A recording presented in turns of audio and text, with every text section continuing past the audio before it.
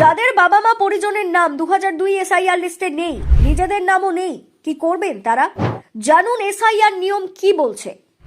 নির্বাচন কমিশনের তরফে জানানো হয়েছে, বিহারে সফলভাবে এসআইআর হয়েছে, এবার ধাপে ধাপে সারা দেশেই তা হবে।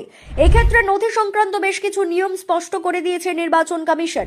বয়স অনুযায়ী কোনো ব্যক্তির ভোটার হওয়ার জন্য কোন নথি থাকা জরুরি তা স্পষ্ট জানিয়েছে নির্বাচন কমিশন। বাংলায় শুরু হয়ে গেল এসআইআর। সোমবার দুই নির্বাচন কমিশনার এস সান্ধু ও বিবেক যোশীকে পাশে বসিয়ে দেশের 12টি রাজ্য এবং কেন্দ্রশাসিত অঞ্চলে ভোটার তালিকার বিশেষ নিবিড় সংশোধন অর্থাৎ এসআইআর চালুর ঘোষণা করেছেন মুখ্য নির্বাচন কমিশনার জ্ঞানেশ কুমার। নির্বাচন কমিশনের তরফে জানানো হয়েছে, বিহারে সফলভাবে এসআইআর হয়েছে, এবার ধাপে ধাপে সারা দেশেই তা হবে।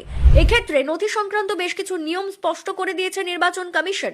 বয়স অনুযায়ী কোনো ব্যক্তির ভোটার হওয়ার জন্য কোন নথি থাকা জরুরি তা স্পষ্ট জানিয়েছে নির্বাচন কমিশন। এসআইআর এর জন্য মূলত কাদের নথি দিতে হবে?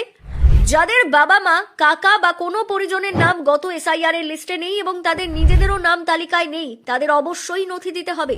সেক্ষেত্রে আধার কার্ড এবং সঙ্গে বাকি 11টি নথির যে কোনো একটি নথি জমা দিতে হবে ওই ব্যক্তিকে। কাদের নথি দিতে হবে না? 2002 সালের তালিকায় যাদের নাম রয়েছে তাদের এবার আর কোনো নথি দিতে হবে না। 2002 সালের তালিকায় মা বাবার নাম থাকলেও আর কোনো নথি লাগবে না।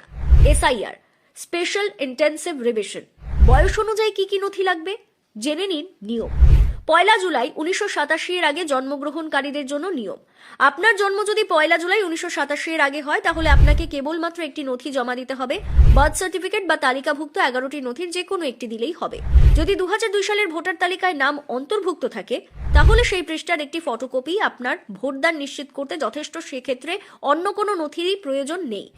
1 জুলাই 1987 থেকে 1 জানুয়ারি 2002 এর মধ্যে জন্মগ্রহণকারীদের জন্য মোট 2টি নথি জমা দিতে হবে। এক্ষেত্রে তালিকাভুক্ত 11টি নথির যে কোনো একটি জমা দিতে হবে। বাবা অথবা মায়ের জন্য একটি নথি জমা দিতে হবে। এটি 11টি নির্দিষ্ট নথির মধ্যে একটি হতে পারে, অথবা 2002 সালের ভোটার তালিকায় তাদের নাম থাকলে সেই তালিকার একটি অনুলিপিও দেওয়া যেতে পারে।